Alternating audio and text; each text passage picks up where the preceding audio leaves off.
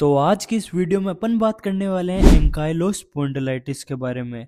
एंकाइलोस्पोंडिलाइटिस एक chronic inflammatory disorder होता है जिसके अंदर प्राइमरी अफेक्ट करता है ये स्पाइन, वर्टिब्रल कॉलम और सैक्रोइलियक जॉइंट को, which connect pelvic to the lower spine.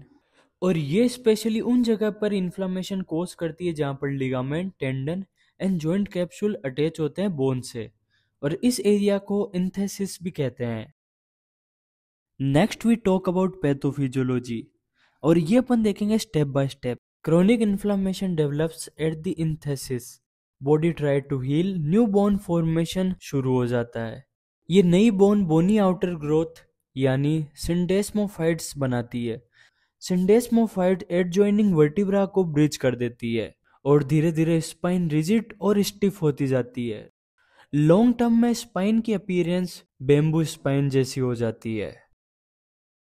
Next talk about causes. Exact cause अभी भी अननोन है, बट ऑटो इम्यून मैकेनिज्म की बात करें तो इम्यून सिस्टम अपने ही कोलेजन रिच जॉइंट्स पर अटैक करता है।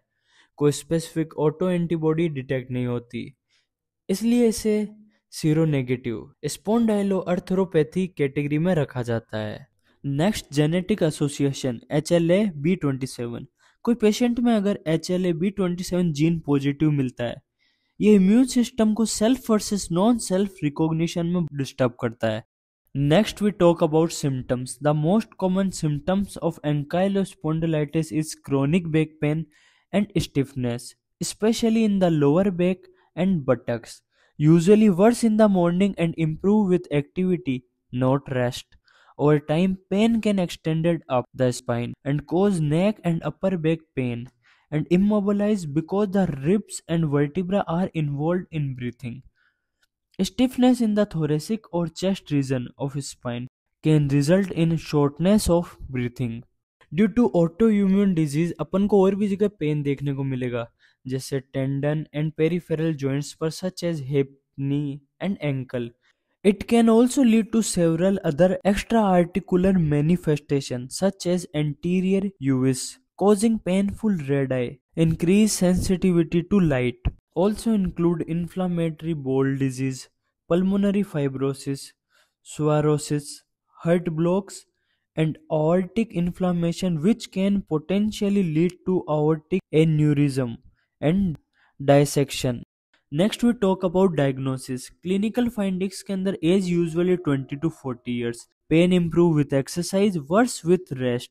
इमेजिंग की बात करें तो एक्सरे अर्ली स्टेजेस के अंदर तो नॉर्मल दिखेगा, but in late stage the classic bamboo spine appearance may be seen in due to spinal fusion. And early stages के अंदर अपन को कुछ अपीयरेंस नहीं होगा तो अपन जाएंगे MRI की तरफ। Early inflammatory changes, bone marrow अदीमा detect करता है ये। नेक्स्ट, लैब टेस्ट, जिसके अंदर ESR, CRP, raised inflammatory markers visible रहेंगे। HLA-B27 एंटीजन पॉजिटिव रहेगा और RF negative and antigen antibody negative. Next we discuss about treatment.